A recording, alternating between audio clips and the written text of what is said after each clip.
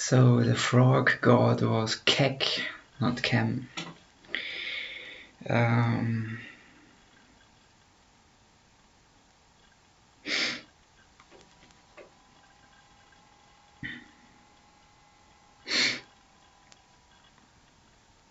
think I'm going to talk about demons and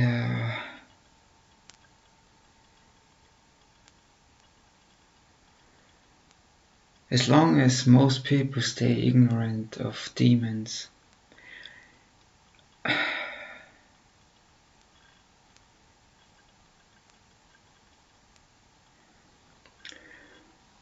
maybe it's not such a bad idea to work with demons. Like, for example, I was talking with a woman, and she said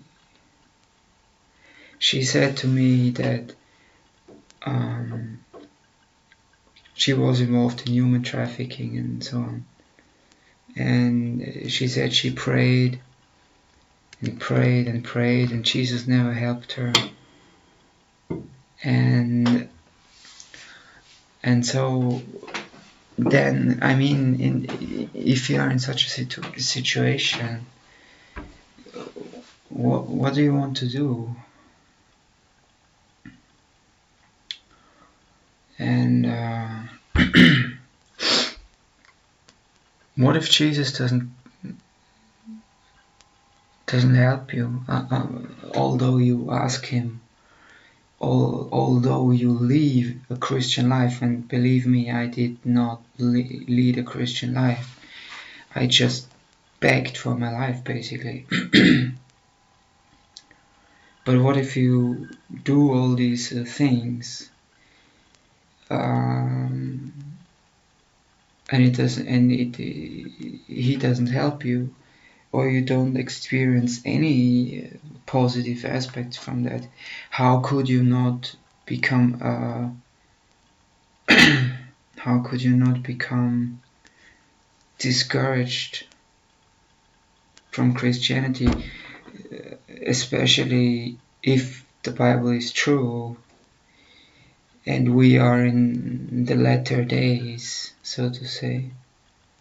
Then also in Revelation it says that at the end of the time, God will allow Satan to deceive huge amounts of people. And but what if most of that is just baloney? And even John Todd said that the rite of exorcism comes from witchcraft, not from the Roman Catholic Church.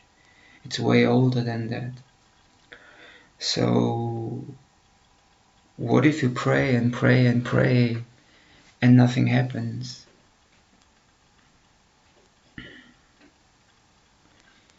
Like this woman who had obviously a really to say she had a hard life would be an understatement.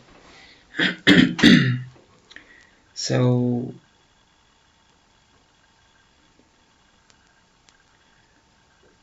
and also, if you are associated with these people,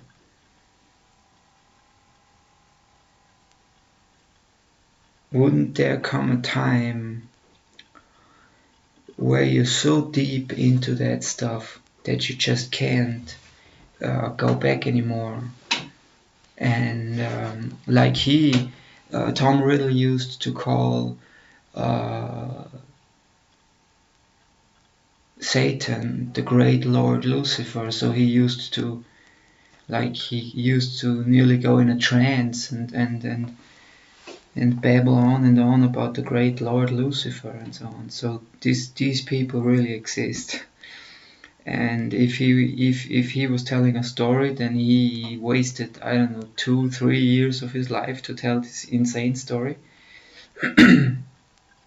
And by the way, I did many of the things that he said. Of course, you can only do that with my special psychotronic crystals. But that's baloney, and I didn't believe that. And it's just, as I said, a matter of faith. If you believe that this is possible, and if you just if you read the Hermetic principles or the Principia Hermetica, they basically laid the foundation of quantum physics 4,000 years before quantum physics was invented. Like, for example, two things that meet stay connected forever. That's quantum entanglement. And then there are 9 others, which I can't remember. So, but if you read them and you think about modern physics, then it's not so modern after all. If they knew that, like, I don't know, 5,000 years ago. And also there are many things concerning vibration. That vibration never really ends. And that's also then one of the fundamental principles of magic, where you can use just, for example, I don't want to advocate black magic, but for example, if you would combine voodoo, where you have a puppet which represents a person, in my subconscious mind, I could put a photograph in there. Don't have to do that. Don't even have to do that. Or hair. Then you would really have his physical vibration in that puppet. And then you could bury that thing in a cemetery and watch that person wither away. And that works. That works. Absolutely. So you could teach these things to 12-year-olds and they would be able to kill people. And not only that, they would never be able to be tried in court or to go to prison for that. Never. Because no prison in the world would want a precedent where they say magic is real.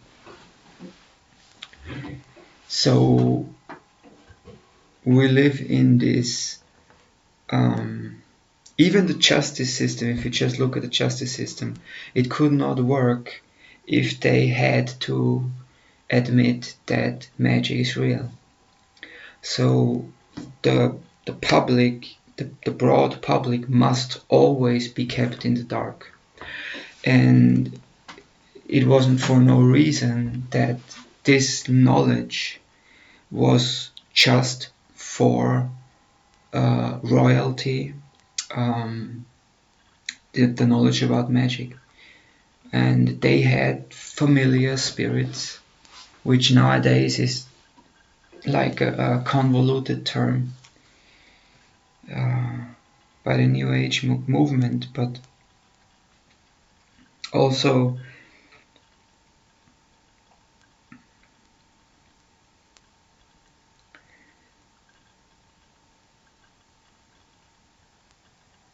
yeah, very strange. So yeah, and if you, for example, if you would invoke Azazel, which his sigil is a very famous sigil, so you can absolutely do that, and you can ask him, just ask him for help in whatever thing that you want to do. And usually they are way too happy to help you, because I assume they don't have much to do on the other side. But it could also very well be because that constitutes a contract, and it is very much known that if you agree to this spoken contract, that you are then indebted to this entity. And that's not good. And I mean,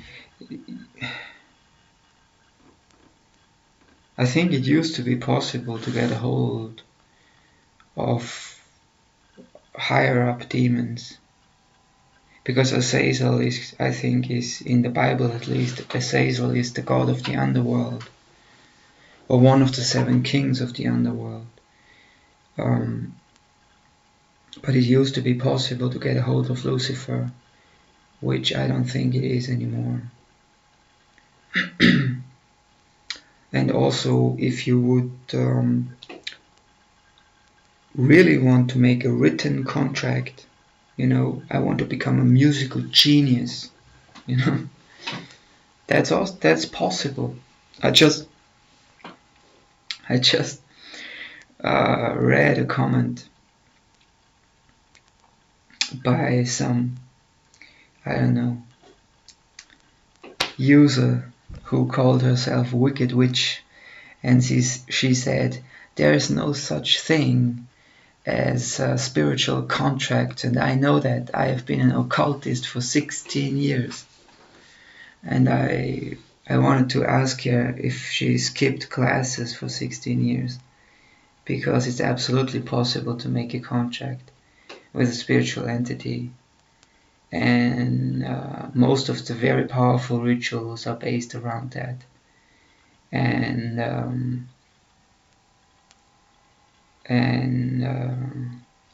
it doesn't necessarily mean you have to, I don't know, slaughter a human being and sign it with their blood. It just can be a spoken contract, and that then is a contract. So I wouldn't want to be indebted to a demon. I mean, I listened to this interview with this exorcist who said he saw with his eyes, he saw one thing that's very trendy trendy in Mexico is cursing people, where they have to puke up like huge nails, which look like, you know, 9-inch crucifixion nails, and there would be like 13 of these nails coming up.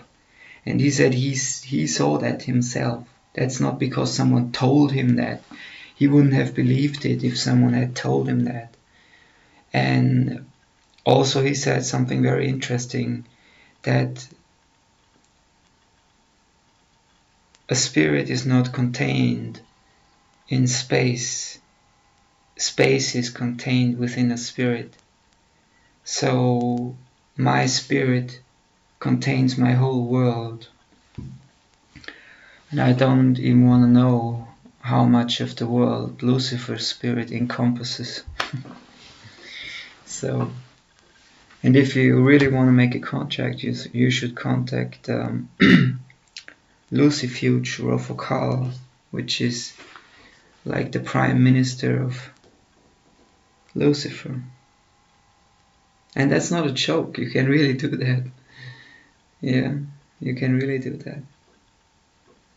It's even more funny that people don't believe in that anymore, because if you look at even like old postcards of Paris, you would have palmistry, tarot cards, and so on.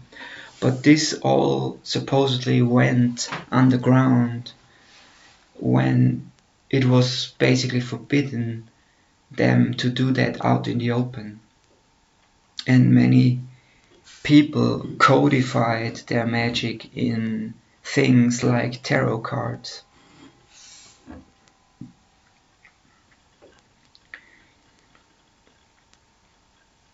And even Adolf Hitler visited a very famous psychic in Poland. Her name was Baba Yaga, I think. Something like that. So, and he asked her if he would win the war, and she told him no. That takes guts, I guess. Unbelievable. But I also thought about if you could disprove the existence of God and so on, that this is just psychological hocus pocus, wishful thinking. If you could prove that, you would at the same rate prove that there is no hope, that life is meaningless, and that it's pretty much completely irrelevant what you do. So why not go over to your next door neighbor and shoot him in the head? Life is meaningless anyway. You prove that mathematically, physically. So if you think about these things, wouldn't it be absolutely terrible if you could prove the Bible wrong? Because basically, like I said, I went through most of the world's religions, and the only thing that makes some sense is the Bible. Because in Hinduism, basically, you have to submit or surrender to one of their 144,000 gods, and that will then be your yoga, your yoke, your lifelong yoke. So it's a terrible religion. But I also saw a young student from America. She went to India, and first she was completely for Hinduism, and she was fascinated by it, and after a year or so she had doubts. She had real doubts, and she said that there were a lot of psychopaths in India who know that they are different. And she said that she met one who said to her that he always knew that he was different, and then that he can't feel emotions. For him, it doesn't make any difference if someone dies in front of him or gets married.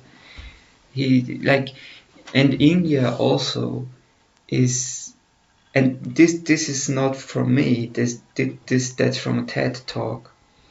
There was one Indian guy who made photos of India, and he just used to photograph trash cans. And usually it was the case that there was a trash can in the middle of the street, and around the trash can there was the trash, and the trash can itself was completely empty. And the TED talk was, I think, called Why is India so filthy? So if you write onto a wall, no urinating, people will just urinate there all day long. And I suspect it has something to do with the religion, because it's just a very hopeless and religion. So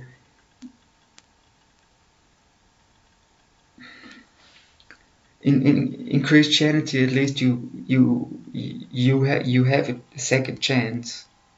In Hinduism, if you fuck your life up, then that's it. Then you have to live with that. There's no forgiveness.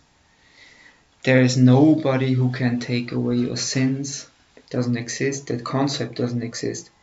They believe in reincarnation, which just, if you do the math, if everybody reincarnates, then why have we a population growth?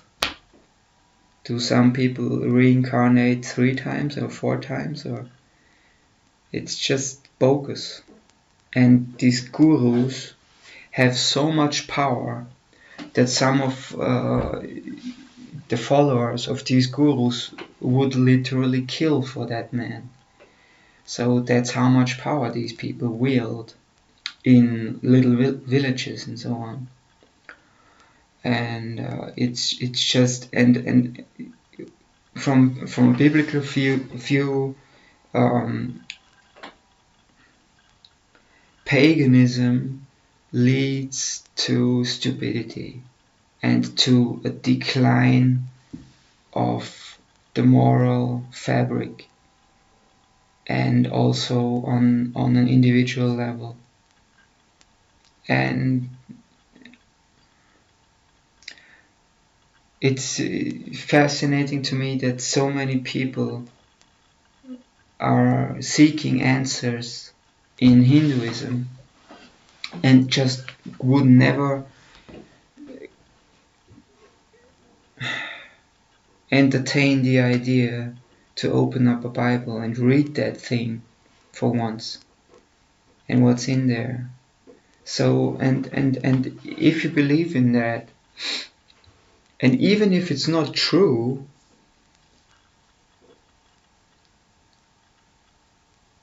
if it gives you hope and the power to overcome, wouldn't it be, even if it was not true, wouldn't it be still better than to believe in atheism, where you basically believe in nothing, and when you die, then you, I don't know, rot in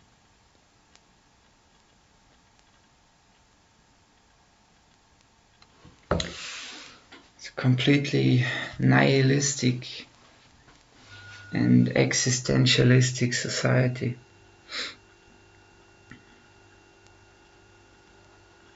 And I think that they really did a great job in destroying the church. They really did a great job doing that. They did it really slow. They infiltrated the churches. They made it seem ridiculous with these over-the-top televangelists, which some of them are still on television, and some of them have been convicted of fraud, rape, sex with a prostitute, and so on and so on and so on and so on. And they are still on television. And people are still watching that. And I think that if you let yourself